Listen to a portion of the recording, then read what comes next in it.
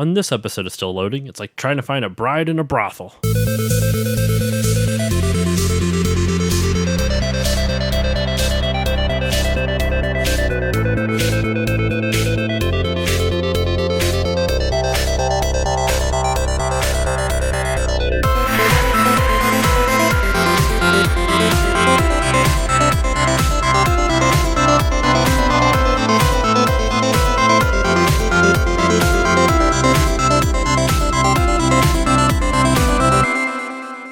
Hello, everyone, and welcome to this new episode of Still Loading. For this week's episode, you may have... Fart noise. For this week's episode, you may remember that we just recently completed the Naughty Dog trilogy of diving into their full history, and you know what? That's just not enough. I wanted to talk more about it. So today, I've brought Tristan back. Hello. And from the Naughty Dog finale to talk about the first game in the Uncharted series, Uncharted Drake's Fortune.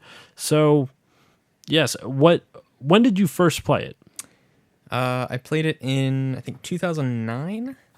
I was a little late to the party. I was too. I picked up Uncharted 1 and 2 in like a dual pack when I first got my PS3. No, it's something I've noticed, like, in terms of my gaming tastes and preferences. I will play a game and be okay with it, but you really get hooked on it. For example, Ratchet & Clank. I rented it from Blockbuster when I had a PS2, and I remember you really liked it. And then you got a PS2 for it, and not just for it, but for that and other reasons. No, it was for Ratchet & Clank. It was for Ratchet & Clank. And then you got hooked on it, and I remember you were obsessed with Ratchet & Clank, and I was like, it's a fine series. And then you got me obsessed. Like, it's just a weird cyclical thing where I'm like, I introduced it to you, you got hooked on it, and I'm like, actually, this is a lot better than I remember it, and then went back to it. The same thing happened for Uncharted here. I remember playing a chunk of the first one and being like, it was all right. Now, I didn't introduce you to Uncharted. I think you were already cognizant of it at the time, so you just went and played it. But kind of similarly to Ratchet & Clank, after seeing how into it you got and how passionate you were about it, I went back and I'm like, this is actually pretty good. And eventually built to the hype where like we were just both like chomping at the bit and foaming at the mouth, rabid for Uncharted 3 when that was coming out back in 2011. I don't know. It's a very random memory, but I just thought about it now. And I just think it's kind of funny how that works. But no, Uncharted 1. So you played it in 2009. I don't remember when I first played it. I could probably go back onto my PlayStation Network and like look at when I got the first trophy in it. Right. That'd probably be. I wonder we should check that after this. You should. Yeah, I mean I'd be curious. Somewhere in 07, 08. It came out in 07. I think. It came out in 07. I don't think I got it at launch though. I didn't have a PS3 till I got a PS3 before you. I remember. I'm pretty sure. Did I? You did. Yeah, you had it before the PSN thing that happened where it like went down for a month. Yes, because I got a couple free games, and the one game I got Infamous, and I got this game on the PSP for free, which I don't remember what it was. But Infamous for the PS3, I chose it, and then when I went to download it, it glitched out, and I never got it. So, and I was like, I don't feel like contacting Sony about this. So it wasn't that big of a deal. But no, so yeah, you're right. I did get it, I guess, beforehand. But Uncharted was always one of the things where at first I was like, I don't know about this. And then I steadily got more and more into it. I think mainly because of the story. Yeah, the story really draws you in. And the voice acting. Yeah, I think the big thing, we didn't talk about it on the Naughty Dog kind of reference, whatever, the last episode. But the voice acting in this is probably some of the best voice acting in any games, period. Yeah, for the time. Some of our favorite voice actors, obviously. You got like Nolan North. It's the main draw here. I mean, was he big at the time though? He did done Assassin's Creed. That point. It Desmond in Assassin's Creed? Yeah, at that point, that's all I really knew him for. Was oh my god, the actress who played Elena? That's Emily. Oh, what's her last name? I want to say Fisher, but that's because that's Elena's last name. That's Elena's last name. But all the voice acting is really good in the whole series. I mean, oh my gosh, Robert McGonagall Why Richard am I, McGonagall. Richard McGonagall plays Sullivan. Elena is portrayed by Emily Rose. That's who it is. And seriously, like, the voice acting is just incredible in the whole series. Like, all the villains in it are really good. I don't know any of the voice actors for the villains, but the main three, Nolan North as Nathan Drake, Emily Rose as Elena Fisher, and then Richard McGonagall as Sully. Like, they've been on the series ever since this one, and it really shows like the chemistry they had from the get-go, like right off the bat. Especially like the opening cutscene, like when or not the cutscene, but the opening level where you're on the boat and you have to shoot all the enemies that are sailing, all the pirates, and just watching kind of Elena and Drake bicker back and forth about the empty coffin and all that other stuff. So You know how to use one of these? Sure, you just point and shoot. yeah, you just point. I love, like, it's just the false confidence in every one of them is fantastic. Drake, I feel like as the series got a lot less confident in himself in a sense. Like, he was a lot more cocksure in the first one, but they played it more for comedic effect in the later ones. That's his other catchphrase. Or, I mean, I quoted Sully in the intro, but I would say the quintessential Nathan Drake catchphrase is "Oh crap!" Oh crap! As he's falling, or he's like, you just pull you just pull the string and you count to 5, or jump, you count to 5 and pull the string. Oh crap! 1, 2, 3, 4, 5, and then he's like jumping out of the airplane. So I guess let's go with this. So, can you surmise the story? Because it's not a difficult one, but I'm always bad at retelling stories. Okay, so Nathan has made a deal with Elena. She is, I guess, working for like a news type, like a travel it seems show like or she something. has her own show, like she's the host of her own show type of thing. Right. So that's how he got the funding to go dig up Nathan Drake's coffin. Well, dig up, but out of the ocean. Yeah. And the whole deal is that like Nathan Drake is like kind of not really an heir to Nathan Drake or to Sir Francis Drake. Drake's Thank you. fortune. To his thing. So he's like, all right, yeah, like let's figure out where this guy's like treasure is or whatever. And they find his journal, which leads them to, I think, the Amazon, where they find the German U-boat. They initially fly there, but not without leaving Elena at the docks. Right. So right. after they find it, they decide, like, if she films this and broadcasts it, it's going to be that much harder for us. So they decide to ditch her at the docks. Right. And she's understandably pissed. So they hit up the U-boat. They find a German map. You make it sound so casual, Yeah, nonchalant. the U-boat that's just chilling in the river in the Amazon. Yeah, they kind of explain it a little bit. We're like, oh, it just must have been like actually that was up in a freaking mountain. Like, how did it get up there? Yeah, because they talk about like monsoon season or something. Where It's not gonna like lift. Like, what is it? Like, tornado winds are lifting a freaking U-boat into a mountain. But yeah, I mean that leads them to this. I guess it was like a Spanish colony where they were kind of like coining their own gold and everything, and just kind of him going through this island and. Or wait, am I getting ahead of myself? Well, so they go to the U-boat, and that's where you see the villain of the game, which I am totally blanking on his name. But there's two villains. Something? Roman is one of them, and then his henchman is spoiler alert, Navarro. Navarro, that's exactly it. Turns out to be the real villain of the game. But he's found you because Sully, as he mentions earlier in the game, owes a shitload of debt. And so when Sully tells Roman that he's onto something, he's like, well, I've heard this a million times before. I want to make sure my investment is secured. And that's when he tracks them down, and they just happen to meet up at the U-boat. So Nate investigates the U-boat and tells Sully he pretty sure he has found the way to Sir Francis Drake's treasure. And when he gets out, because he tells Sully on the radio, and they come out, and Sully gets cut off. So he runs back out, finds Sully's held at gunpoint, and Sully's like, he's screwing with you, Nate. He knows everything. Just tell him where everything's at. So I kind of jumped a little bit because Roman's like, what did you find in there? And trying to act all innocent, and he knew what was in there based off of the radio from Drake. I hope I explained that well. I think that's right. Yeah, so I have a walkthrough For pulled up on someone my who phone just here, last so I can- episode complained that they don't remember story, I don't know how I remembered all that. Yeah. So it wasn't necessarily Sir Francis Drake stuff they were looking for. They were looking for, because I guess he being Francis Drake, had taken some boats around. Nope, no, I'm sorry, I'm thinking of Uncharted 2. You are thinking of cut that Uncharted part 2. You know what? Let's see.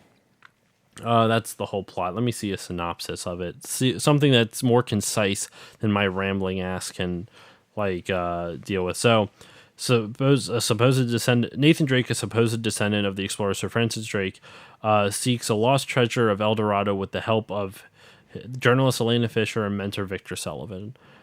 So yeah, I mean that's simple enough as is, but part of the fun of the Uncharted games is not knowing what he's, at least for me. Like, I loved Uncharted 3, but like I knew what they were searching for in it. It was Iram of the Pillars, or the Atlantis of the Sands. Mm-hmm. And while that was awesome, it kind of ruined a bit of it for me, because part of the fun of Uncharted 2 is not knowing they were going to Shambhala. Right. Right. The reason I loved Uncharted 4 so much is I had no idea about the pirate colony they were going to, which I'm blanking on the name of that right now. Libertalia, that's what it is. So, that's what I loved about that. And part of the fun of the Uncharted games is not really knowing what it was. And even with this game, they do kind of offer a little bit of a plot twist, because you're thinking the lost city of gold, El Dorado. Right. And spoiler alert, I guess, anytime I cover a game, people should just know that there's spoilers coming. Right. You probably shouldn't listen to this unless you've played it. Yeah. Actually, that's not necessary. That's true for this instance, but a lot of times I just go into blind, so I don't know any of this plot just later on in some games. Well, but this one, spoilers. Yeah. 10 years. Plenty of time to play the game. More than 10 years. 12. Oh, that's right. Yeah. 2007. Yep. So anyway, basically then they have to go around the island and use the clues that Nate found in the U-boat to track down Francis Drake's treasure, which was supposedly the lost city of El Dorado. They didn't know it was going to be El Dorado until that U-boat thing, but they had seen something about El Dorado in the temple that they had gone through that led them up to the U-boat. Yeah. And then it was the map in the U-boat that was like, this is where El Dorado is. Mm-hmm. Or something along those lines. It always involves Nazis somehow. Every occult thing always involves Nazis. No good Indiana Jones-like story is complete without some Nazi gold.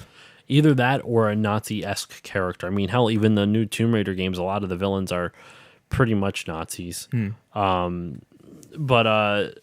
you're right. I also love this because I have a soft spot for Indiana Jones. I love historical fiction stuff like that, where they kind of take a mythical artifact from history and they kind of work it around. That's why I loved Uncharted so much. Like the first one, it was always about finding a lost city in each of the games, which was cool to me because I only ever really know about El Dorado and Atlantis. Those were the only two that I knew of, off the top of my head. I've heard of Shambhala before, but or Shangri-La. Shangri-La, right. But that's pretty much, to me, that wasn't necessarily a city as more of a temple, I guess. I always thought of it as a temple, but I honestly don't remember. I forget what the whole legend of Shangri-La or Shambhala is, other than the theory that it wasn't Magellan that they talk about in Uncharted 2. Do you remember who the explorer, the ancient explorer that somehow... Yeah, whoever had their fleet wash up in Borneo. Yeah. I don't remember who it was, though. But, it was the... Oh my gosh, they talk about it in the opening scene when you're breaking into the museum about the lost fleet or whatever. Yeah. I just can't remember what it is. I'll look it up while we're talking. Okay. But so anyway, Uncharted 1, they are on this island looking for the gold of El Dorado. Marco Polo. Sorry, go on. That makes a lot of sense. Marco. Sorry, go on. But God, it's been so long since I've played it. I can't remember when they met back up. Oh, no, okay. All right. So they're at this place, this temple. They find something about El Dorado. Mm-hmm. They go to the U-boat. They figure out where that stuff is. Sully jumps in the way of a bullet to save Nate because Roman and Navarro are like, we don't need Nate anymore. We have the map. And as Nate's running away, he runs into Elena, who had tracked them down. And she punches him in the face. She sure does. Oh, it was great. And then from then on, that's the team. It's Nate and Elena going to the next step on their adventure to find this gold. And naturally, their plane gets shot down. Of course. And that's with Drake doing the 1, 2, 3, crap, 4, 1, 2, 5. 3, 4, 5. Yeah. And then he is on his own trying to catch up with her. Yes, you're right. On what island do they fall onto? I don't know that it's like a known island with Just a particular name. name. Yeah, you're right, because there was coordinates in the U-boat, and Right. they just kind of went there. Right. But yeah. No. So it's a lot of Just kind of exploring around the island, if I remember correctly, Yeah, until because- they can, like, tracking down the clues. Like, Right. meeting back up with Elena, tracking down the clues. They do find out that Sully is still alive. And then it's all a matter of fact of, like, I mean, I remember they get captured, like, once or twice, so they have to make themselves valuable to Navarro and Roman again. And what was the other guy? Eddie something? No. Eddie Rava? The guy with the golden deagle, who was like the kind of the leader of the mercenaries they had hired. Is that a character? Yeah. Hold on. No, it would be easier. Oh yeah, you're right. But no, it would be easier. I do have Wikipedia open right now, so I could just read it off of this. Gabriel Roman is the main villain's name. His lieutenant is Atok Navarro, which I don't know if I pronounced his name correctly. But fort to find Elena, briefly captured by pirates led by an oldest. Okay, after retrieving supplies from Sully's destroyed plane, Nate heads towards a Spanish fort to find Elena, briefly captured by pirates led by old associate Eddie Raja, or Raja, but I'm pretty sure J's are just pronounced H's, right? So Raja.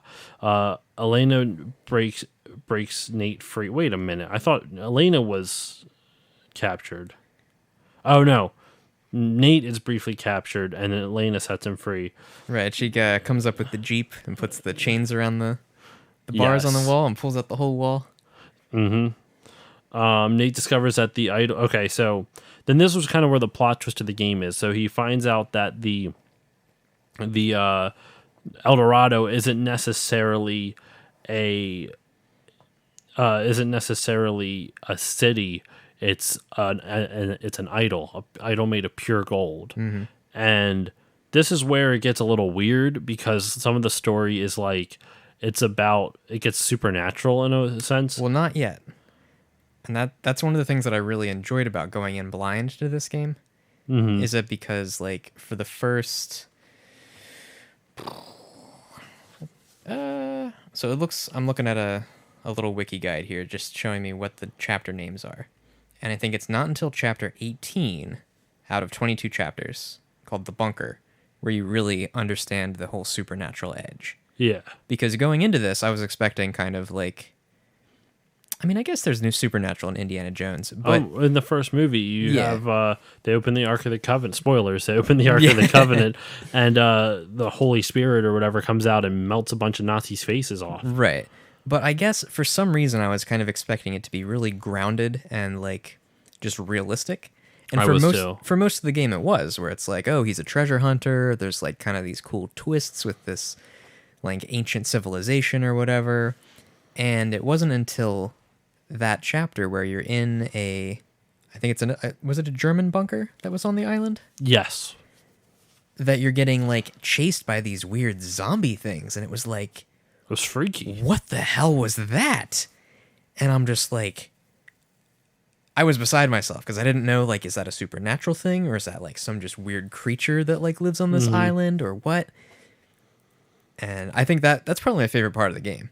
Because it almost went horror for a little bit. Yeah. It was very scary. Yeah, when you're like in this weird German bunker where there's like clearly were medical tests and you you go up and you hit the switch to a projector that has these like doctors talking about the effects of this idol on people, where you find out that it's not so much a golden idol that is the valuable thing there. It's what's inside of the idol, which is that like this, I don't know if it's a disease or like a spirit. According to what this is, venturing into a base, he discovers Germans had sought the statue during World War II, but like the Spaniards before them, learned that the statue was cursed, which caused them to become mutants.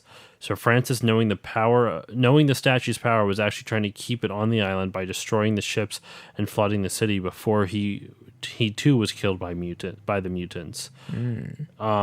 I don't know if it really ever goes into detail about like what the actual mutant is, but basically Nate attempts to stop Roman from removing the idol from the island, but find that they have discovered it along with capturing Elena. Navarro, knowing of the curse, tricks Roman into opening the statue. Upon turning into one of the mutants, Navarro swiftly kills him and takes control of his men, planning to sell the mutagen as a biological weapon. Nate then jumps onto the statue and rides it as it is airlifted onto a boat in the bay. There, Nate defeats Navarro, which is stupid quick time events. Right. Manages to sink to both the idol and him to the bottom of the ocean. Sully arrives and Elena and Nate leave the island with several chests of treasure after displaying affection towards each other. I love that like little throw in on the last bit. So yeah, I wish they would, like, part of it, like, I'm happy that it's not clearly explained, because I know the description there says a mutagen, which makes sense because they kind of go crazy, but like that still doesn't explain what that is. Like, what is the substance in there? What, like, is it literally just like some random thing they found? Like, why would there be a mutagenic thing inside of a gold idol? Like, right. What was the Spaniards doing? Like, I understood they took a leap of faith, like a not a leap of faith, but a leap in terms of the story and like the lore of El Dorado with that, which is cool, but they don't explain it all the way, which I'm not sure if I like or not. Like, the reason being, sometimes it's nice to let your imagination fill in, like, just leave that unanswered. It doesn't need to be unanswered, just knows that it causes something. But at the same time, like, what is it? Like, I want to know. Yeah, I mean, like, in the Amazon, even today, we're, like, finding all this weird shit, like hallucinogenic mushrooms that are mixed with a different type of plant that gives you, like, this weird state of mind. And really? Yeah, there's all sorts of stuff down. Is this all from Joe Rogan? Some of it, yes. He does like to talk about ayahuasca a lot. Doesn't he? What is that? What's that? That's his go-to thing. It's like 80 or DSDR. It's like an acronym. It's like 3 letters. Yeah. It's like his go-to drug. Yeah, no, it's like the chemical that your brain releases when it's on. Is it GHB? I don't remember. DHP? There's a D in there somewhere. There's a D in there somewhere. But yeah, I mean, he had a guy on recently that they were talking about like all of these things that we're finding in the Amazon just from like, like loggers clearing things. You have like a new type of radar that they're using to kind of see through the treetops, and they're like finding new civilizations and like new pyramids and stuff that they haven't seen before. But there's all sorts of like weird shit in the Amazon that like those cultures had an understanding of, that like when we brought, was it smallpox that killed everybody? All that is lost. So like we can't understand what they were doing, but like they clearly had some understanding of something that we don't know. So like this could be one of those things. It's like one of those mysterious. It's the reason why Nazi people go. It's the go-to thing with Nazis. Like, since Nazis were into the occult and they did a lot of weird shit, like whenever there's like this weird like supernatural thing, especially depending on what time period the movie takes or whatever it is takes place, almost always involves Nazis, because Nazis are still kind of mysterious in a sense. Like, like what Hitler did and what his whole agenda was, but his empire was so vast, and like it's documented that they went hunting like spiritual artifacts and stuff like that. So it's like that aspect of it is kind of like it's still up in a mystery. So I feel like you're kind of right in that aspect. If we're just like still learning stuff about the Amazon, all these decades and centuries later, it's it kind of has that same allure, that same mystique. Like we don't really know Mm-hmm. what's in there. Same thing with like what's underwater and so like what's under the ocean. No one knows how far down it really Yeah, goes. yeah. Well, I'm sure there's sonar maybe, but I Hey, don't man, watch the Meg.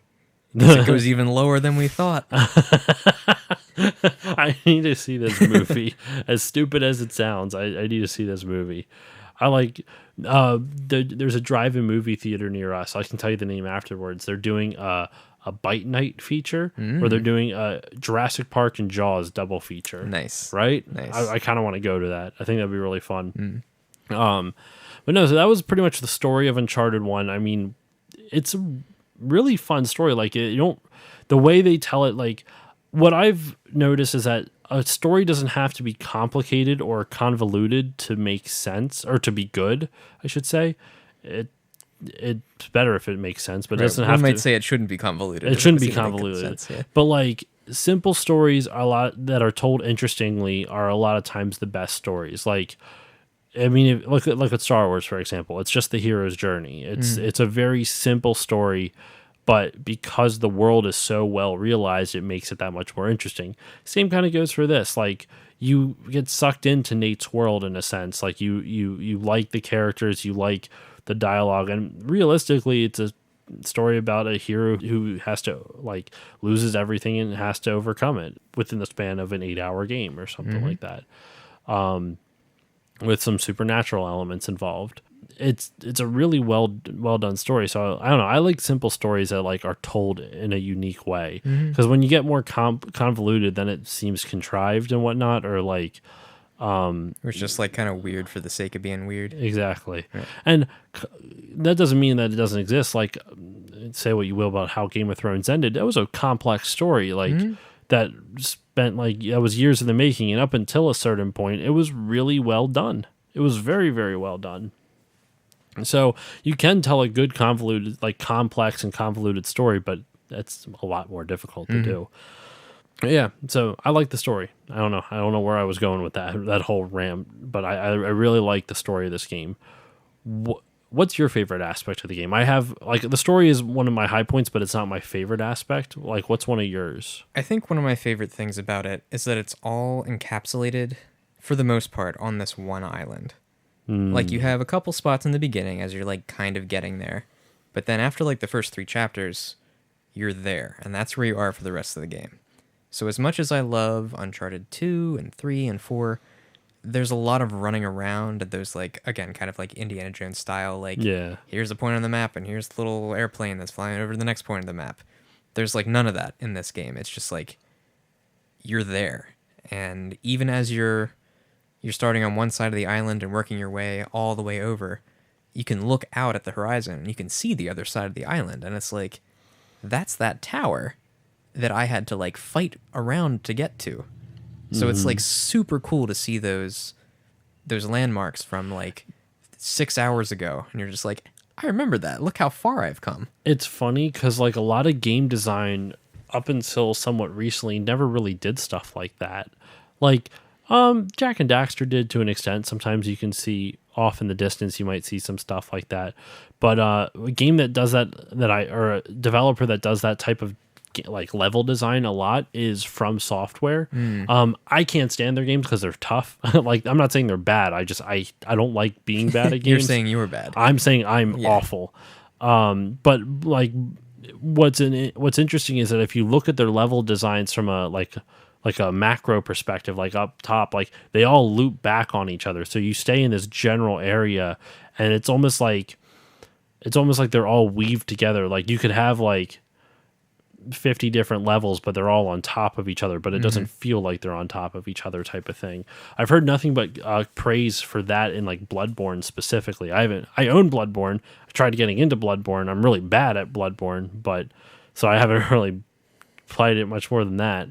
But it's like their level design is just really good, and it kind of reminds me of that with what you're saying with this in the sense where like you can see where you've been, which is a cool like storytelling element that's like not beaten over, like you're not beaten over the head with. It's a very like subtle way of kind of showing the player like, look at what you did, like Yeah. show your progress. And it ties the whole thing together. It's not like I'm going to use Uncharted 2, for example, where it's like, oh, I'm going to play the Borneo level. I'm going to play the Shambhala level. I'm going to play the whatever else level, where it kind of has that like level select feel to each chapter, where it's like a cohesive linear story that you're following from one end to the other. It's not like you're playing Mega Man and you want to fight This robot master versus Right, the other one. right. Though that one, they at least all look similar enough. But I get what you're saying, though. I think for me, it's either the voice acting or the music. I love the music in that series. The Uncharted theme is really catchy. Like, there's not a lot of video game themes that like still have those strong melodies like that does. So it's always refreshing to hear it used. It's a really good theme song for that game.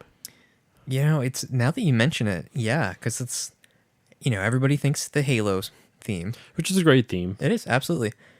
But, yeah, I cannot think of another franchise that has, like, a really recognizable, like, bass, I guess, would you call it a bass line? A theme Yeah, song. just like that you can hum to yourself. That's not just like an orchestral, just like, there's a lot of things that have music that you can But it's not listen melodic. to, but it's, right, yes, the melody isn't just like something you're going to be humming to yourself. I'm a big, like, maybe that's why I like retro games so much, where, like, since it was so complex, the technology was so primitive, they had to focus on melody to get anything out that was decent.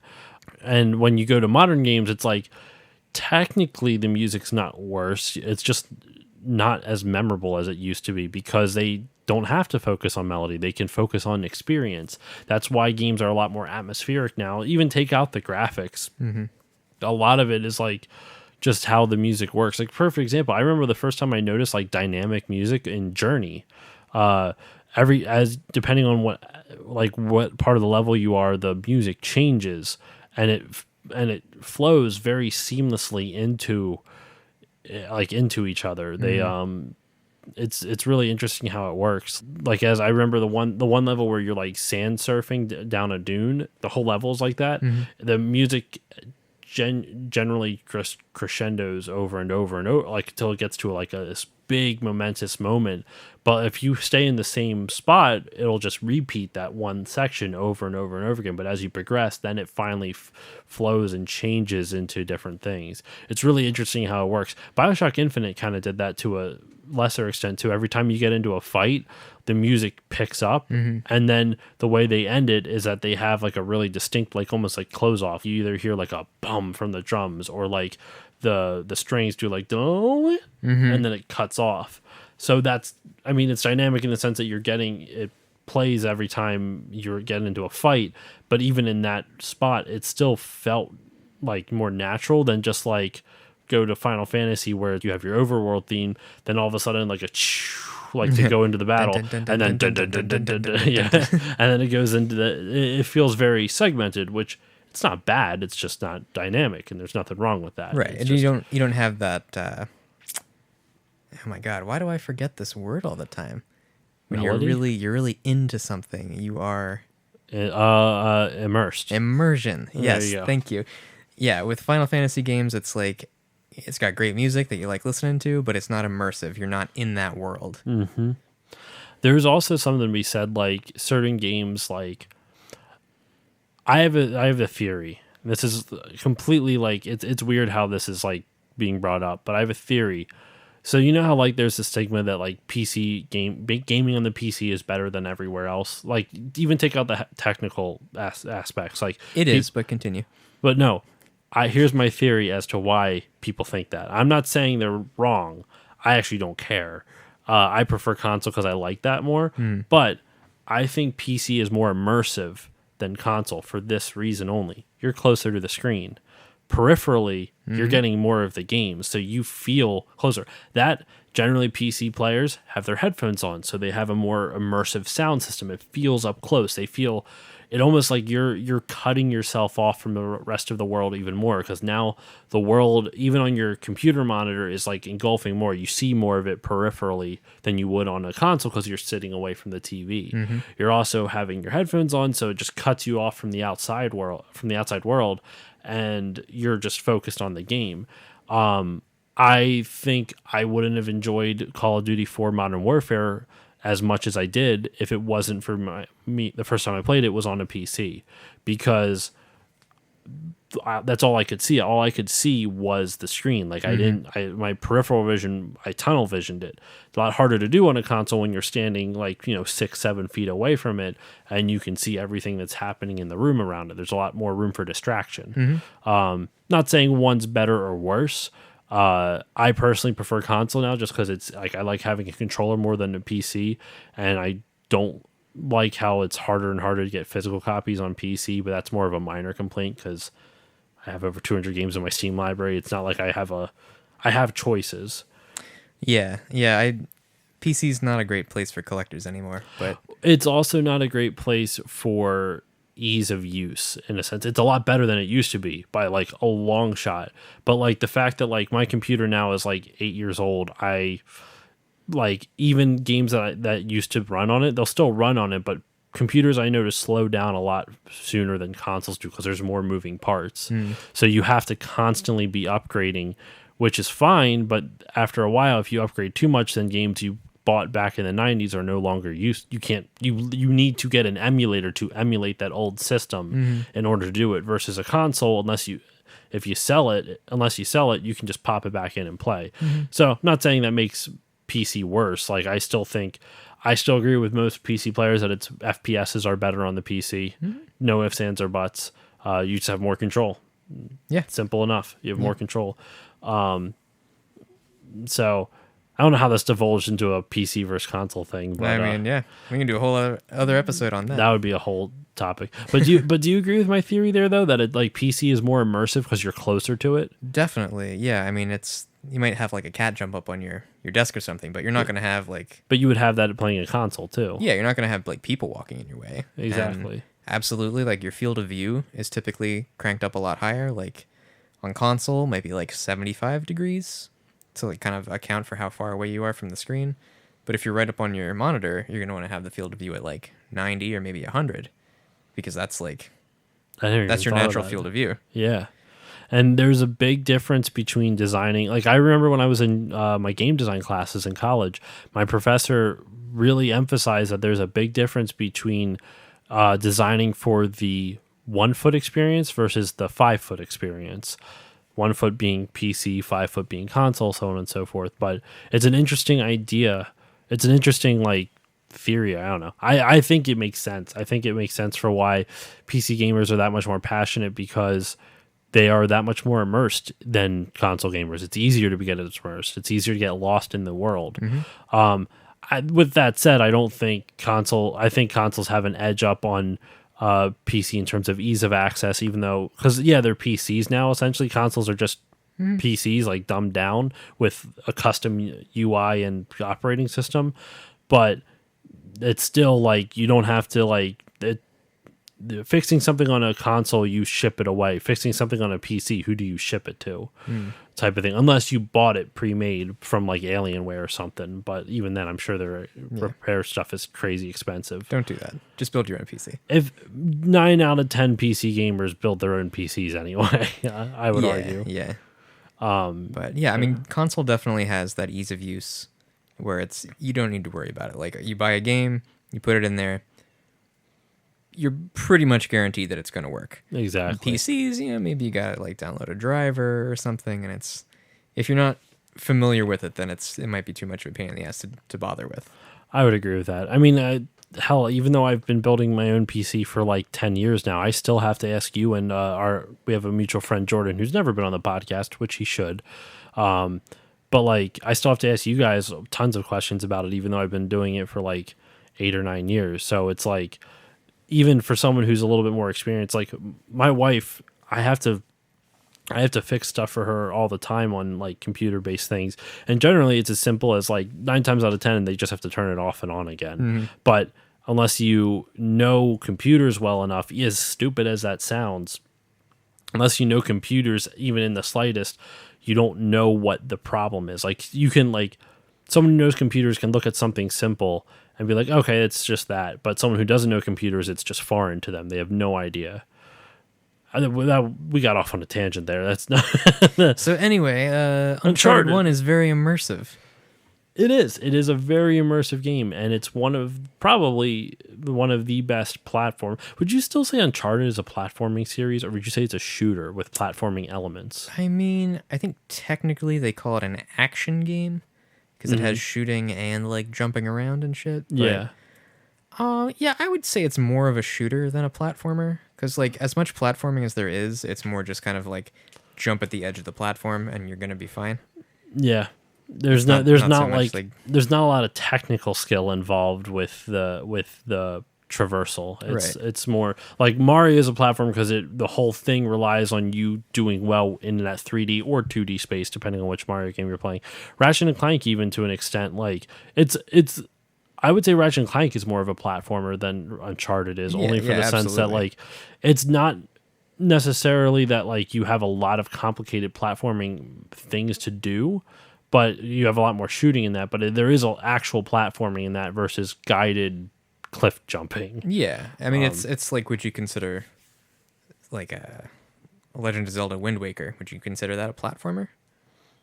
Because I don't think there's even a jump button. You just kind of like run towards an edge and then he jumps on his I own. would say there is a platforming elements, but I don't consider it a platformer. Yeah, okay. It's kind of like, because like you have to, like, okay, for example, the original Legend of Zelda is not a platformer. You're not having to use any like technical skill to traverse the world. You may have to do it for combat, but that's not platforming. Zelda 2, you could make the argument that there is platforming elements in it, but that's more of an RPG, like Zelda 1 RPG, because there's actual RPG elements. Is that the side scroller one? Yeah. Okay. That's interesting because it's very old school RPG in the sense that there's a world map, and then when you walk into each area, that's when it goes side scrolling. It's really cool, actually. Difficult game. I'm not saying it holds up well, but like there's really interesting ideas. You have to go around and explore and get like up your magic abilities, up physical abilities, your like damage abilities. So like, and up your life. There's like you only have 3 stats to keep track of: magic, health, and basically damage. So you can go around and basically you upgrade it by getting better weapons for better damage. I forget what it is. There's like the speed runs of it. Pretty much they put all their experience points into one attribute. I'm pretty sure it's just damage. So they're glass cannons. Like they can't take a hit, but they wreck everything they touch, type of thing. It's a cool speed run to watch. And then I would say after that one though, like when other Zelda games started getting platforming elements, like even A Link to the Past, you have to jump certain areas, like you don't really have many jumps, but like you have like these boots or whatever. Link's Awakening on the Game Boy actually has like boots that let you jump over gaps and stuff like that, which is interesting. But sorry, I went off on another tangent there. But no, I don't think they're platformers. Yeah. So it's more like a third person kind of cover based shooter, but some platforming elements, some like puzzle elements, that kind of thing. But basically a shooter. I'm not even a big shooter fan, but the shooting combat's the gun combat in is a lot of fun. You know, a lot of people kind of shit on it over the combat. I don't hate the combat because like obviously I don't either. I love this game. Yeah. But there are a lot of people out there that just kind of see it as like a generic shooter. And like I kind of get where they're coming from. From that gameplay perspective. From that gameplay standpoint, I would say yes. In terms of the shooter mechanics, but like Doom's a generic shooter mechanic game if you really think about it. The new Doom 2016, but that doesn't mean the game's bad. Like it's like kind of like what I was talking about with story, where you take a simple story and it's all about how you like tell it. Same with gameplay. Like realistically, has Call of Duty changed its gameplay style? I'm the wrong one to ask. Last one I played was Modern Warfare 2. But it's still an FPS. Like, you can't do much with that. Like, you can't change that much about the problem with shooters inherently, and this isn't me like ragging on them, but the problem with any kind of shooter, third person or otherwise, inherently is that the gameplay type can get stale really quickly and very easily because there's not a whole lot of iteration available. The truly great developers are the ones that are able to take shooter mechanics and figure out a way to make it interesting each time. Like Gears of War pioneered the third person cover based shooter, but like hasn't really changed that much since, I would argue. Granted, I haven't played any of the newer ones, but if you want an example of one that like innovated was Ratchet and Clank. Like, it's a third person shooter to an extent, but where they innovate is they rely more on platforming. Like, you have to do a lot more evasive maneuvers than just hiding behind. They don't give you a lot of cover in Ratchet. It's all up to the player's abilities of dodging while shooting to do that.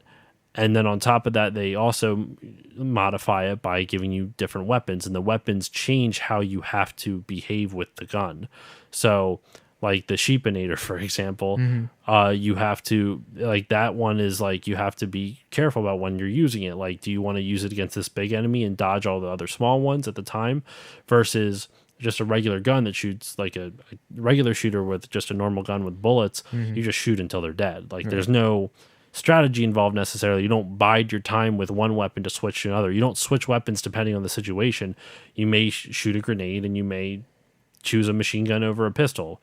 Versus like Ratchet and Clank, where like all their weapons have tons of side effects. Like, you know, the Sheepinator, when you upgrade it, then the sheep explodes. So now you just created a minefield after turning a bunch of people into sheep, type of stuff. Yeah, I think if we step back to like the newest, was it Doom 2016? What makes that such a good game is that, while you're right, there's not a lot of stuff going on. It's a straightforward shooter. From the mechanic perspective, it's a very simple thing. Yeah. Right. But what makes it so good is that the mechanics are so perfect. It just feels so good. So there's like, it doesn't need to be complicated. If you can keep it simple and make it perfect in that simplicity, then it's like, what a hell of a game. I think with Uncharted, it's not necessarily the same case there, but I think what makes it such a good game is that it's more than just the sum of its parts. Where the shooting's fine, I wouldn't be like, do you want a shooter? But you should play Uncharted. Like, yeah, exactly. It's not a good shooter, but it's...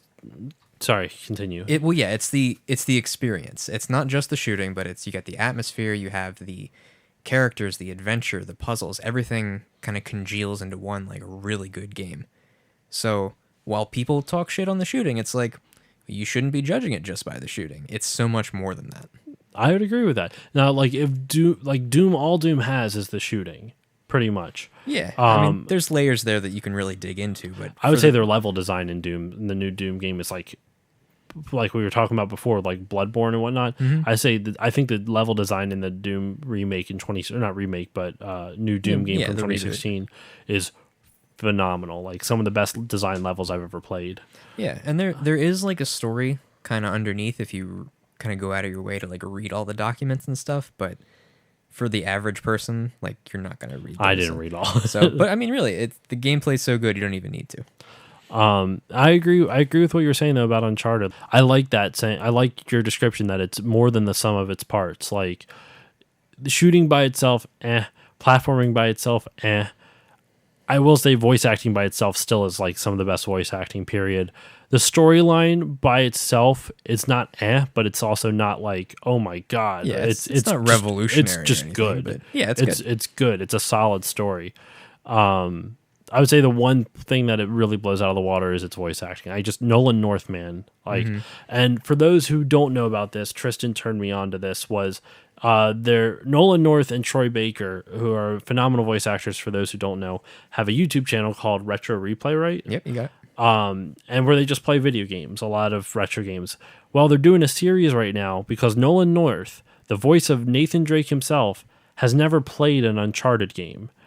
And up until this series, which is just hard for me to believe, but it's when you watch him play, it's very true. Yeah, it's very evident that he has not played these before.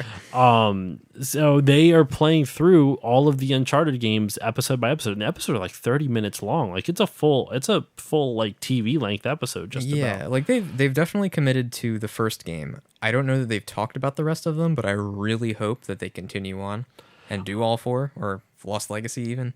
And for those listening to this, seriously, go check it out. Not just because it's funny to watch like them banter back and forth, but Nolan randomly will like talk about behind the scenes stuff, like because we didn't even talk about the technical aspects of this. This game was groundbreaking because it had all the voice actors actually had to do motion capture for the roles they were portraying, and so all the cutscenes that you see, the actors actually acted them out on a soundstage live, like it was on TV or something. So it gave them the ability to actually be in the moment versus just sitting in a sound booth having to record the voice, which all of them can do. They have done. They're all voice actors, so they all have done it prior. But it created much more convincing roles, or much more convincing results, I should say, because they were actually able to act and act and like bounce off of each other, like have the roles bounce off each other. And even like the facial movements, I'm pretty sure they mocapped all that too, right? They actually don't mocap the faces, but they use it as a reference. Okay. I mean, maybe they changed it since, but I remember famously Naughty Dog only mocapped the bodies, and they had all their animators do all the facial expressions because it was easier to manipulate that than to get an accurate mocap thing. Like, gotcha. But Nolan North was, to kind of circle back to the retro replay like playthroughs of this. Nolan North would talk about like all these behind the scenes stuff on the day of them shooting the scenes in the mocap studios and the mocap soundstage of everything that was happening, like just some like interesting tidbits, like, oh yeah, we filmed this first, or like for example, the character Sully always smokes a cigar, and you find out that Richard McGonigal, the voice of Sully, doesn't actually smoke a cigar, and he actually had one in his mouth. He doesn't smoke at all, and he had one in his mouth for the first couple takes, and after a while, because he was holding it in his mouth, it just started getting soggy and gross. So they swapped it out with a yellow highlighter later on to keep that same vibe. Oh man, I love this series, dude. It's so good. It is. It's really great. Do you have any final thoughts on Uncharted? All right. Well, how about like the kind of some gameplay aspects? Okay. So like, as much as I love the game, there are a handful of things that are just terrible. So in the PS3 versions, we talked about the oh my god, I forgot the gimmicky parts of this. So the 6-axis controller, which was their big selling point for one of the selling points on the PS3. Right, which it's fine. It's a cool thing that you can do motion stuff. So for those who don't know, the 6-axis controller is pretty much, they put a gyro in the controller, essentially, right? Right. Yeah. So it's just a gyroscope in the controller.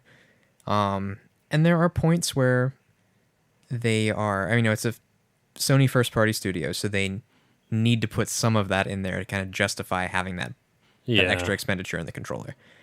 So there are parts where it's fine, where you're like walking across a fallen log and you need to like help Drake balance by like rocking the controller one way or the other to kind of keep him straight. I'm cool with that. What I'm not cool with is when they have you throwing a grenade and you have to aim it with the gyroscope. Like the arc of it. I'm pretty sure you can aim the left and right, with the joystick. To aim the arc of how you're going to throw the grenade is with the gyro, right? I think if you need to arc it, you have to use the gyro. You can aim directly at somebody and throw a grenade straight at them. But if you're hot potato. Right, but if you're like hiding behind cover and need to arc the grenade, you have to use the gyroscope. And it's just like, why would you do this to me? Especially if you're in the middle of like hectic combat and you have to be like, okay, all right, let me get this arc right. Yeah. Like it doesn't work well at all. And to be fair, they fixed that in the HD remake for PS4. So imagine Nolan trying to do that, because they're playing on the HD remake on PS4. Imagine him having to do like the motion control stuff that they offer in it. Yeah, at one point when they run across the log, Troy Baker goes, "Hey man, great job with the balance there," and I'm sitting here going, yeah, they took that out, but okay. That's really funny. It's even more endearing that Troy Baker. By the way, Troy Baker is the voice of oh my gosh, what's his character name in Last of Us? Joel. Joel. He's the voice of Joel, the main character in Last of Us. Why can't I don't understand my memory. Like, I remember all that bizarre German U-boat shit from Uncharted, but I can't remember the main character's name in Last of Us. Mm-hmm. One of the most important games of all time, which I gushed about in the last episode. I don't understand me. But sorry, go on. Yeah, I think you were saying that Troy Baker is. Troy Baker. It's kind of adorable actually. They got a good bromance going on of them, Troy Baker and Nolan North, and Troy just saying how much he loved the games. Like, you can see it in Troy's face, like how much he adored the Uncharted series before he got big into voice acting. Yeah, I think it was before he was a voice actor, and he was, I think, doing regular acting. And while I guess they were filming some crappy movie or TV show or something he was on, and when he was off set, he would just be playing Uncharted. So it's a really cool relationship there that they both have with this game, where one of them was playing it while the other one was making it, and it's lovely watching them interact over this. It's really charming. I'm not gonna lie. I'll post a link to the first episode, and you can check out their channel from there. Not like they need support. They got plenty of subscribers, but it's still it's a really cool. I haven't watched any of the other videos. I just watched the first episode of their Uncharted playthrough, and I am 100% going to be watching more of it because I'm kind of hooked on their bromance right now. What else do you have on it though? Okay, so some other issues that I had were kind of how they teach you how to do some things in the game.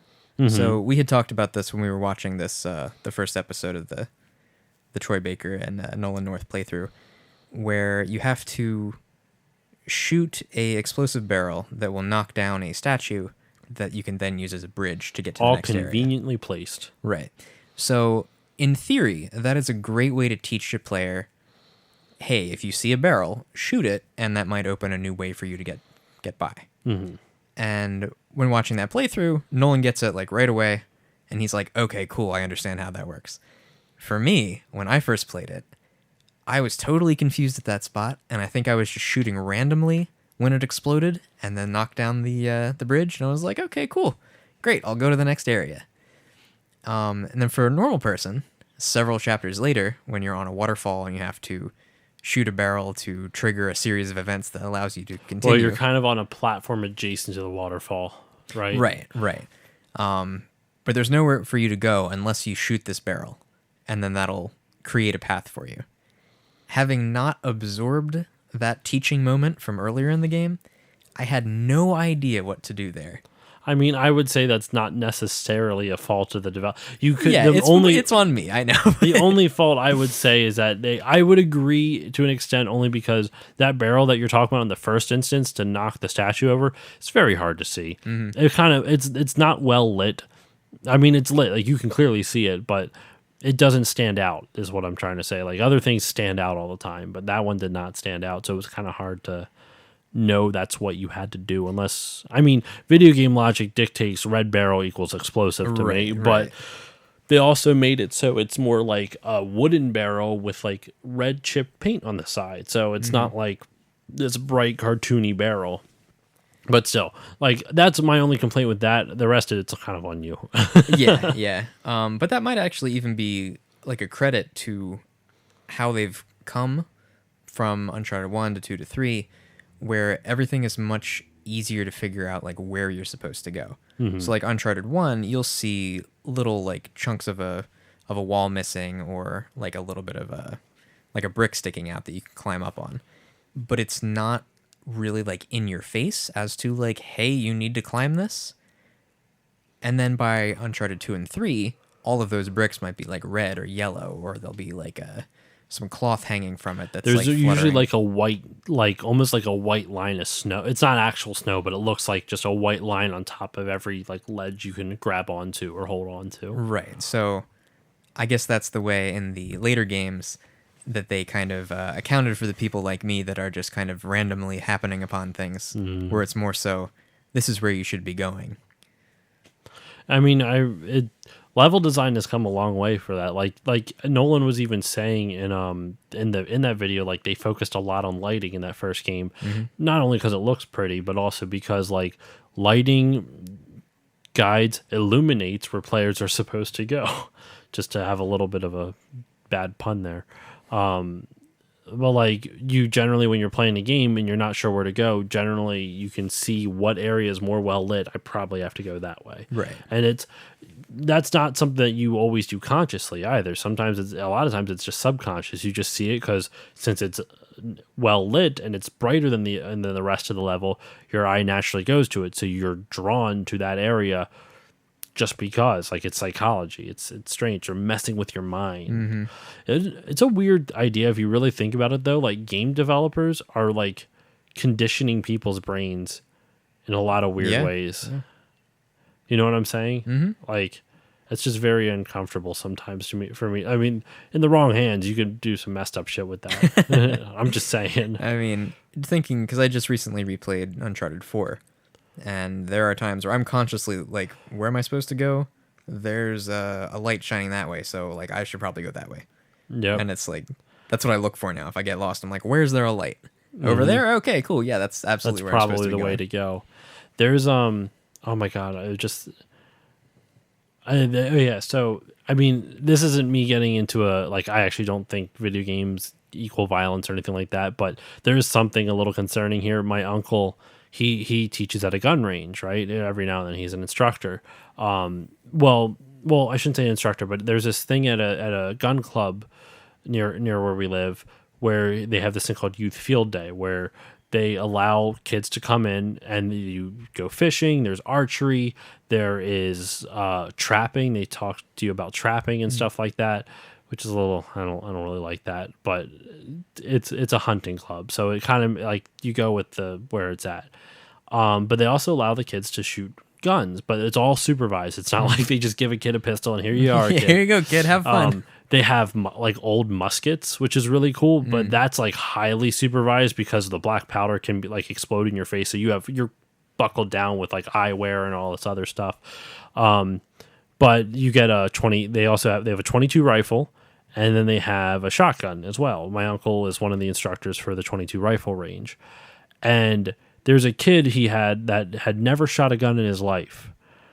And he was nailing everything in the dead center. And he's like, how are you getting or like close to the center? Like it was really like for a first attempt, it was disturbingly good. He's like, it's just like Call of Duty aiming down the sights. And I'm not saying that's going to lead, like, I don't think that kid is going to turn into a shooter. This is nothing like any propaganda bullshit about like video games cause violence, but it does make you think a little bit. Like if there's a kid who can now be a pretty decent shot just because he's used to Call of Duty, it makes you a little uncomfortable. Yeah. I mean, I could see being a little more comfortable with a weapon because just like from when I've been playing Call of Duty, it's like, oh yeah, like that's an M4, that's an M16, that's a Vector, that's a whatever. And if I saw one of those in real life, I'd be like, oh yeah, that's that thing that I played the game with. Yeah. But I think that's about as far as it would go. It wouldn't be like, oh, that's the thing that I've murdered several people with. I'm totally cool doing that in real life. I think it's more like, so think about it, if you're like aiming down a sight type of thing. Yeah. In a game, since they're making it more and more realistic, you kind of have an idea of how that gun would lead type of thing. Like I said, I agree with you. I don't think just because you see a gun and you see a gun in a game and you see a gun in real life, it just all of a sudden you're like, oh, I'm going to go kill people. It all makes sense now. It's nothing like that. It's more or less the point I was making. It was just like, it just freaked me out a little bit that like some kid who just only played Call of Duty got a gun was able to fire a gun for the first time and was pretty good with it. Either the kid was lying, but I don't know why he would. Like there'd be no reason for that at that point. Like unless he was trying to like play it down like, oh, I'm not that good, and he's actually like, you know, an expert or something like that. But but still, that's a weird thing to say to a random stranger. It's not like he's showing off to a group type of thing. So, but yeah, it's just it's strange what game developers can condition your brain to think. Not once again, nothing to do with the guns. But it is kind of like interesting how like you were saying before, like you just all right, where's the brightest spot? I probably have to go there. So, And yeah, Uncharted does that. Yeah. But what's cool about that is one of my favorite things in the Uncharted series is finding all the treasures. Because I'm a collector in that sense where like I need to complete. I'm a completionist. I have to collect everything and completely finish a game like that. If it's a Do game you watch The Completionist at all on YouTube? I'm subscribed. Every so often I'll watch one of his videos if it's a game that I'm interested in. Makes sense. Anyway, sorry, continue. But yeah, I feel like with the Uncharted games specifically, I enjoy them so much that I feel like I kind of owe it to myself to really play them all the way through and get like everything I can. So finding all those treasures is really fun. And of all of the Uncharted games, I think Uncharted 1 might actually do it the best. Really? Okay, maybe Uncharted 2 does it the best. But second best, Uncharted 1. Even better than Uncharted 4? I think, yeah, because Uncharted 4, it has a lot of spots where they do it well, and then other spots where it's like kind of whatever. But there's just certain areas where it's like, if you do that like bright spot thinking, where that's the bright spot, that's where I'm supposed to go.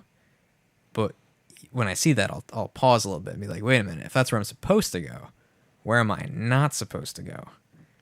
Like this dark spot over here. Yeah. And then you go over there and it's like, dope, there's a treasure in that dark spot.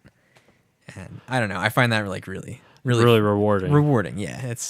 I wish I could get into that because like I legit, no bullshit, I get super jealous of how many games you platinum because I'm like, the only reason, I mean, I think you're like 2 levels ahead of me on PSN now, but the only reason like I was in anywhere close to you in terms of the level of on PSN. For those who don't know, kind of like gamer score on Xbox, the more trophies you get you quote unquote your PSN account quote unquote levels up. You have different levels and whatnot.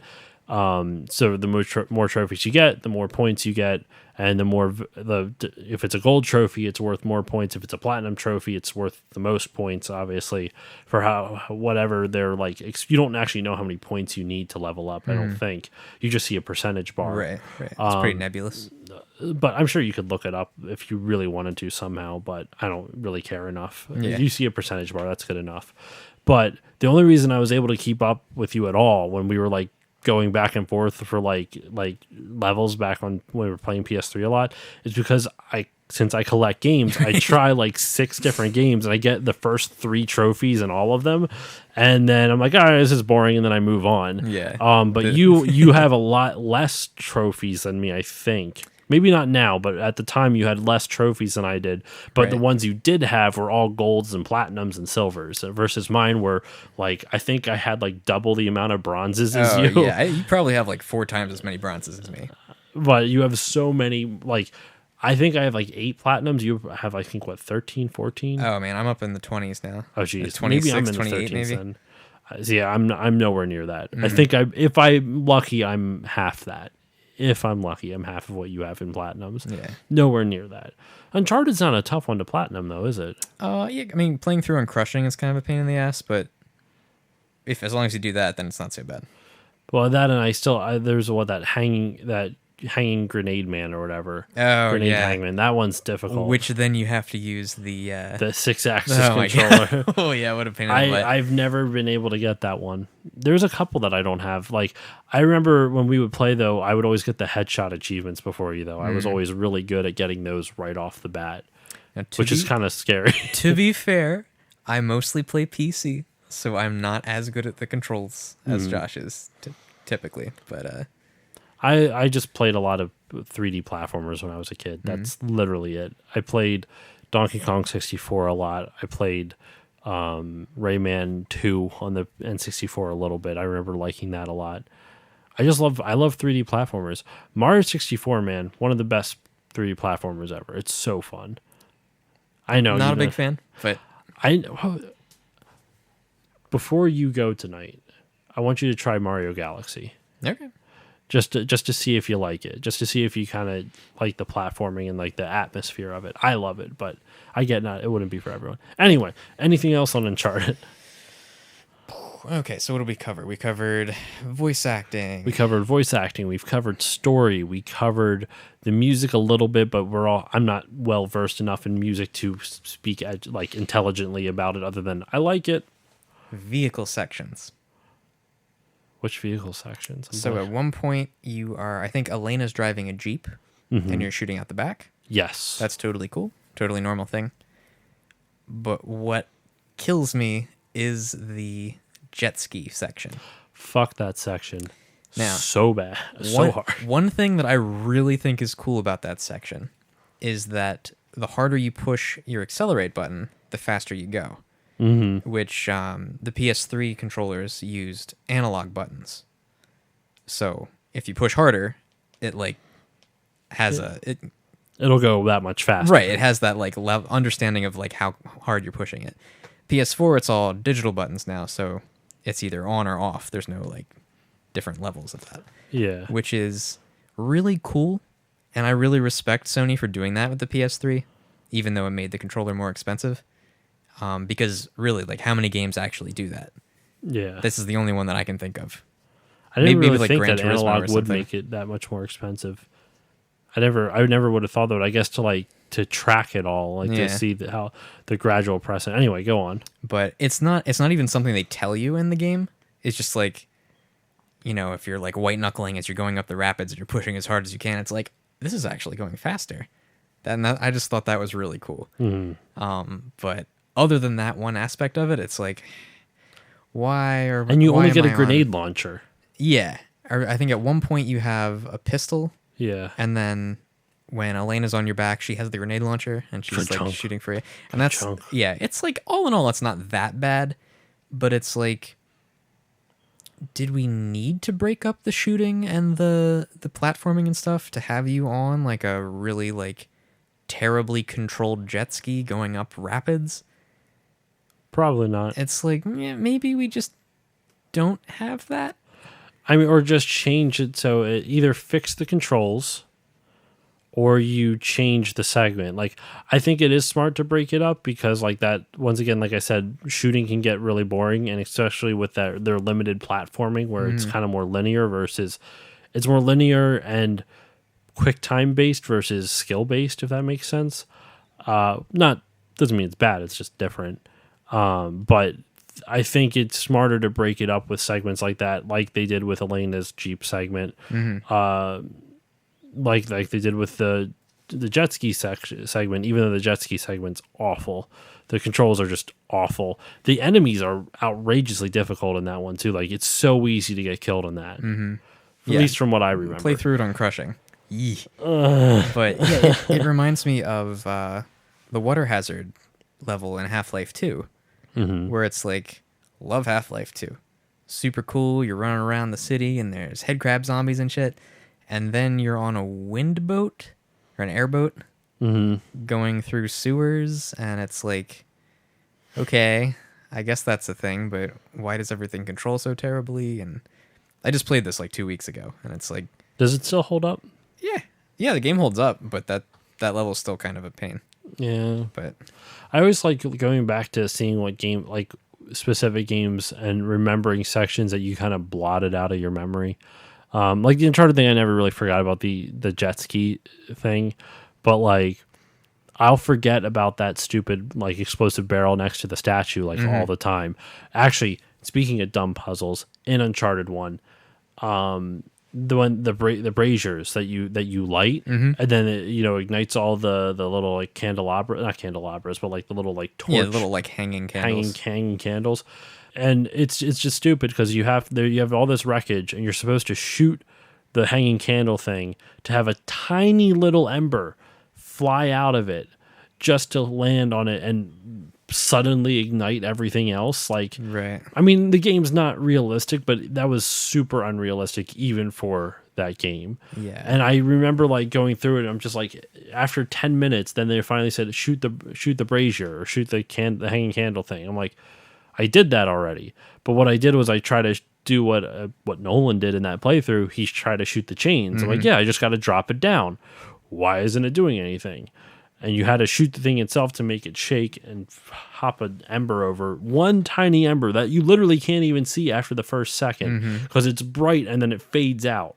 Like it just went out. So you're like, okay, that didn't work. And then all of a sudden the whole thing's ablaze. Yeah. There's a lot of little things like that in Uncharted 1 where it's like the developers were clearly like kind of getting their footing in understanding like how they're going to do all these type of puzzles. Exactly. I was going to say it was their forte into puzzle creation. Yeah. So like by Uncharted 2, all that's ironed out and they kind of know what they're doing, and typically everything is more straightforward and it's less like cryptic as to what the hell am I supposed to be doing here. You're right, because especially when it gets to the later ones, like I remember Uncharted 3 had really good puzzles. The game itself, say what you will about it, but the puzzles were a lot of fun to do. I love the one in Uncharted 3 where... Actually, you know what? I'll save that for when we do Uncharted 3. We'll do that on Uncharted 3. But when we do cover the others, I will actually replay. Like the first one, I actually didn't completely beat, but I actually started playing again somewhat recently. I stopped playing already, but like I got pretty far. I think that's why I remembered the story thing so clearly, because I had just replayed it or started replaying it maybe like 3 months ago. But I'll replay 2 again. Yeah, like absolutely. I will totally go through 2 and 3, and we can meet up on those again. We're gonna keep doing that. I don't know when we're gonna meet up immediately, but we should definitely do that. But what else? Anything else that you wanted to talk about with it? Any other things that you can think of that I neglected, because I tend to do that? We mentioned the final boss being kind of a quick time event type thing. Yeah, fighting Navarro was kind of boring. Yeah, that's like kind of a trend that, again, Uncharted 2 is different, but like 1 and 3 and 4 to an extent were all very similar, and like it's tough in games like this where do you really need a final boss? Do you just need like a final set piece? Like I think in Lost Legacy, it's like a whole set piece where everything, you're like on a speeding train and then you're on a Jeep and you're like jumping to the train and there's like, I think it's something like that. Yeah, it's more of like a big event that's happening, not so much like you fist fighting a guy. So I think it could be either or, because like, for example, Halo 2 had a final boss that felt like a final boss, but Halo 1 had an event, and it was escaping the Pillar of Autumn, right? Escaping the Pillar of Autumn in the Warthog, and that's a good final segment, because so the final moment or final segment of a game, whether you want to call it a set piece or a boss or whatever, should always be based on the player's skill. Always. And using a mastery of something that they have done in the game before. The best bosses and end of the game, so forget just bosses. The best end of a game requires the player to use a skill they have throughout the entire game, or it very seldomly teaches them a new one, but the final section should demand a player have maybe not perfect, maybe not be perfect, but have a much more improved, be much improved in that one specific skill. So, like the end of Halo with the Pillar of Autumn escape, you have to know how to drive a Warthog really well to get through that. You don't have to be perfect. You don't have to be this expert driver, but you also can't be a new person just driving through and hoping that you'll get it done on the first try. You'll learn as you fail a couple times, but like it's not difficult, but it's intense. Uncharted 1 is just all quick time events. And even that, like, it's more pattern memorization than anything else. Because, like, I remember Uncharted 1, it, like, you had to hide behind certain boxes at certain times. It wasn't just, like, wait for the right moment. It was a combination of wait for the right moment and make the right choice. So it was, like, it was more like trial and error memorization until you beat it, which isn't a boss. That's not difficult. That's just tedious. Yeah. Like, so at the beginning of, I'm air quoting here, boss fight, you have to run through like a couple smaller sections on the ship where you're fighting off like your regular bad guys. Yeah. And that's fine. Whatever. You're just doing your thing. But then once you get to Navarro, I think you lose your gun and he has a shotgun and he's like shooting away your cover. So you need to kind of like scamper up towards him and then like punch him in the face. So with your point on a good boss fight using a mechanic that you've known the whole game and you've like been learning and The kind of first mastering. half kind of does that. Yeah, but you might say like because there's not a whole lot to the like shooting gameplay in the game, like are there skills that you're mastering that you would Yeah, look at put Uncharted towards- 2. Yeah, okay, so Uncharted 2 does it where you need to be running and jumping and like stopping and aiming at particular things and Yeah. there's actual like boss mechanics. And it works well because you're taking that mechanic and you're putting it in a new spot. Now, granted, they do technically throw something new at you in Uncharted 2, which is the sap. Like, you don't... I don't know. I think you don't really use it in combat, but you shoot it and Well, that's how you're supposed to do it, to like... I mean, in the final boss, that's how you're supposed to beat him, by using the sap. Right. I mean, prior to that. Yeah, prior to you that. see sap and it's like you shoot it, it explodes and it. you Yeah, know, so it changes kind of something, shows but- you. And like, I mean, how like Doom, we were talking about Doom 2016 so much, they do a lot with that. I just don't think it's good game design to have the final boss be something that you can memorize a pattern of quick time events. Like, it's one thing like to memorize a pattern, like old Mega Man bosses and stuff like that, but that's not a quick time event. You're not being told when to press X or when to press square. You have to memorize the pattern, like almost like a rhythm in your head, and then memorize the pattern within that rhythm. And then once you do that, then you know how to beat the boss, which I'm always awful at, but that's how you're supposed to do it.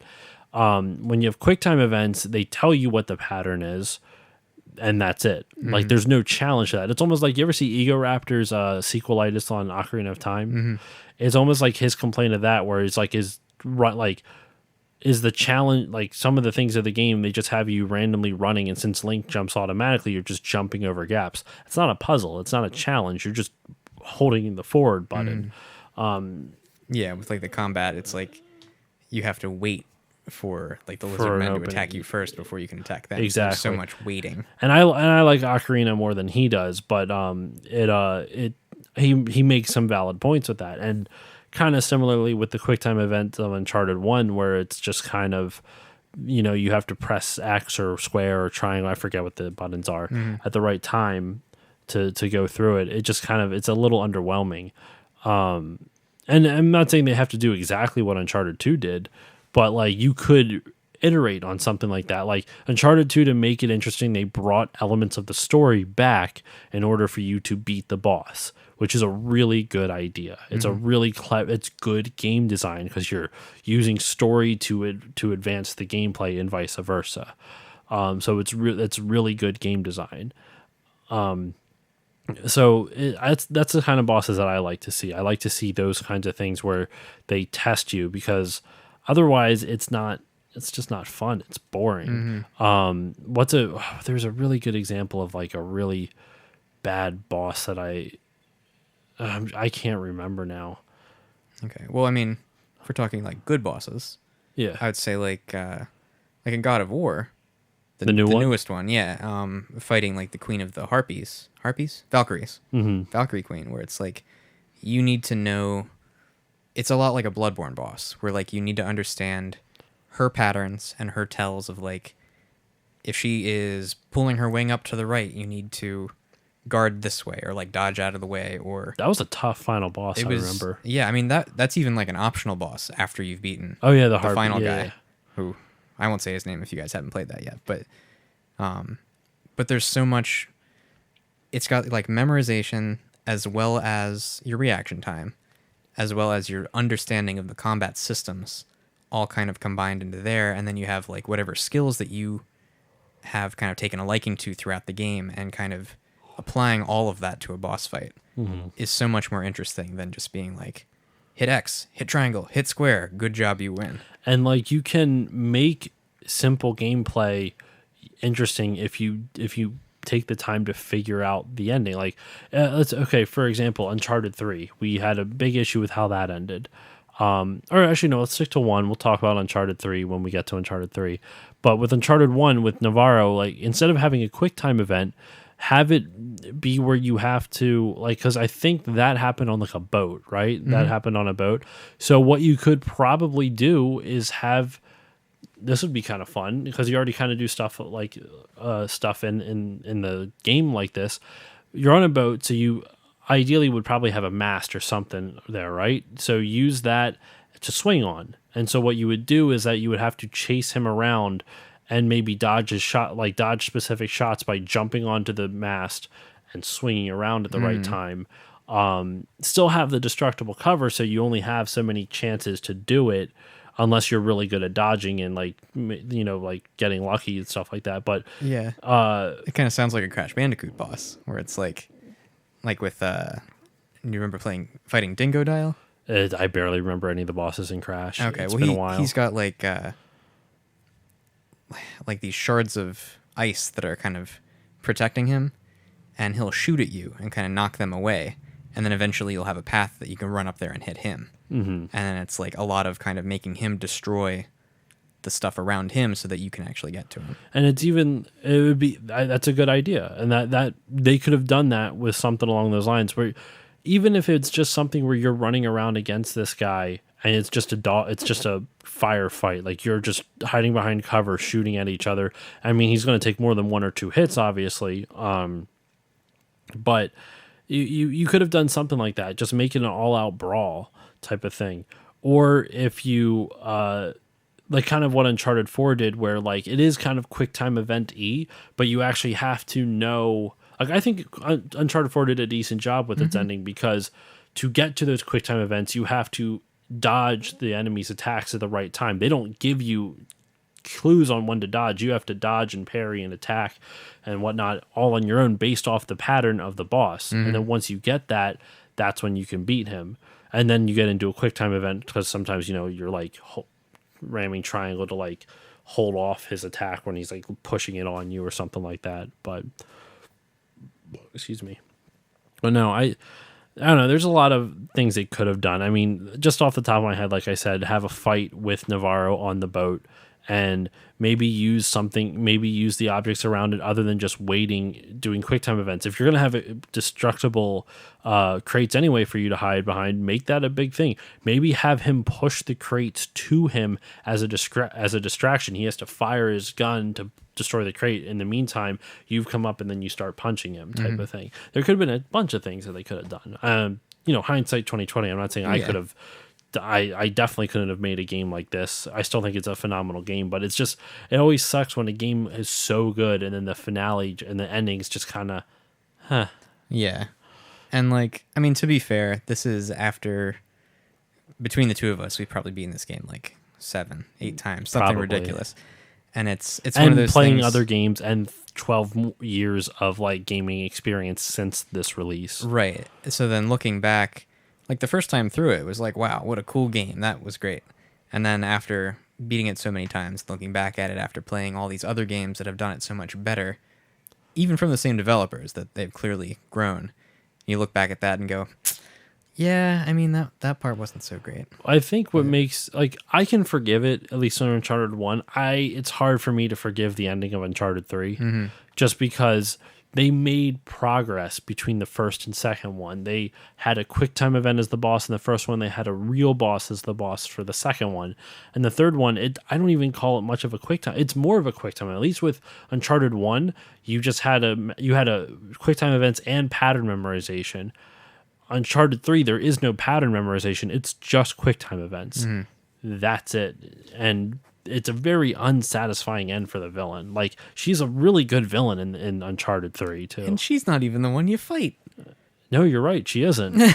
And she dies like in a really, not humiliating, but like you don't do it. We'll talk about it when we get to Uncharted 3. It's a good game though. It's still a good game, just not as good as the others in the series. Yeah.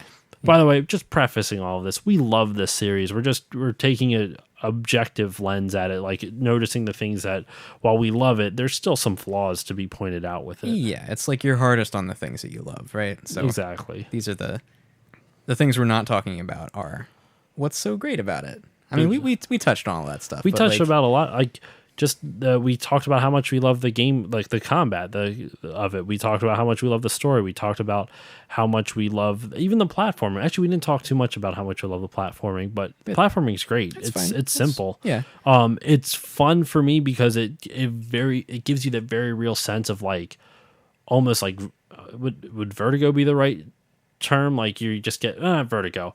Vertigo would make you dizzy, but like you're like afraid of heights. Like you're very high up. That gives you a good idea of scale because the game gives you huge things to climb on, and like it by climbing on it, you kind of explore more of the story of that world, like which is also really good game design. Yeah, just in general, it's just well done. The environments are fantastic, where it really gives you the feel that you're like at this decrepit like Spanish colony that was flooded and destroyed, and you're like, what happened here? I don't know, man. But it's cool running around and figuring it out. I might go play Uncharted 2 tonight, man. I'm really feeling it now after this conversation. I'm getting hooked all over again. Yeah, man.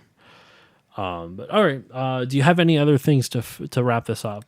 I remembered one more thing about Uncharted 1. The stealth combat sucks. It's such a big deal in Uncharted 2 and 3 that you can run through areas and stealth kill everybody and never have to fire a shot. But in Uncharted 1, it is so, like, not explained correctly as to how you do stealth kills. And, like, I think the most I've ever gotten in a row was, like, 2, maybe 3, because, like, Nate's just a klutz and everybody immediately, like, hears him and knows where he is, and you're just in a firefight, like, as soon as you go into, like, a new combat area. That's the one last thing that I wish that they could fix to make it more like Uncharted 2, where there are rules that you can follow where like you're behind a wall and you can like smash a dude in a wall or whatever. Uncharted 1, it's like basically as long as you are behind them, you can kill them, but it's all a crapshoot. Yeah, afterwards. Anything else is just a crapshoot. So, man, it's funny. I tried to wrap this up in like 45 minutes, and we ended up going an extra 45 after that. That was awesome. Hey, man, I can keep on talking about this game if you want me to. It's such a. I mean, we're almost at an hour and a half, so we should probably wrap this up. It's getting hot in here too. That is true. It's getting. I don't want to get copyright hit. So that wraps it up for this episode of Still Loading. Thank you all once again for listening. Tristan, just because we just recorded the last episode like a second ago, I'm assuming you still have no plugs. No, I just recently made a Patreon. Kidding, of course. Go on. No. You heard in the last episode, I made a Patreon for the podcast. You can check it out on patreon.com/stillloadingpod. If you'd like to support the show and just chip in a little bit, a couple bucks right now, I don't have a lot of tiers. I'm working on getting more incentives for you guys. So if you want to support the show, the Patreon will help me fund getting more things, more equipment. I can also, my plan is to get an exclusive RSS feed for patrons. So once we get up to a certain amount of money per month, I will actually pay for another RSS feed. So that way you guys would be able to get your episodes a month in advance. If I end up getting far enough along, I may just do that beforehand anyway, but so if you want to support the show, please consider giving. If not, I understand. Then you can also follow me on Facebook, Twitter, and Instagram at StillLoadingPod on all of them. Also, big shout out to the network I'm a part of, the Podbeard Network. You can check out all the amazing podcasts and shows on the Podbeard Network at podbeardnetwork.com. And in speaking of Podbeard Network, one final little kind of promo type of thing. Please check out Podbeard Network's sponsor, Seat Giant. Seat Giant is a ticket selling website that you can go to buy tickets for your favorite sporting events, concerts, musicals, shows, just anything you can think of. Well, not anything, but you can get a lot of different types of tickets on there. It's like a ticket reseller website, kind of like Seat or StubHub or SeatGeek. I probably shouldn't mention competition in these ads. Usually they don't like shit like that. But go check them out. I have personally used them and can attest that it works, and I like their service. If you use the promo code PODBEARD at checkout, you will save an additional little bit off as well. That's PODBEARD, PODBEARD. And that should be it. So thank you all once again for listening, and I will see you all next time.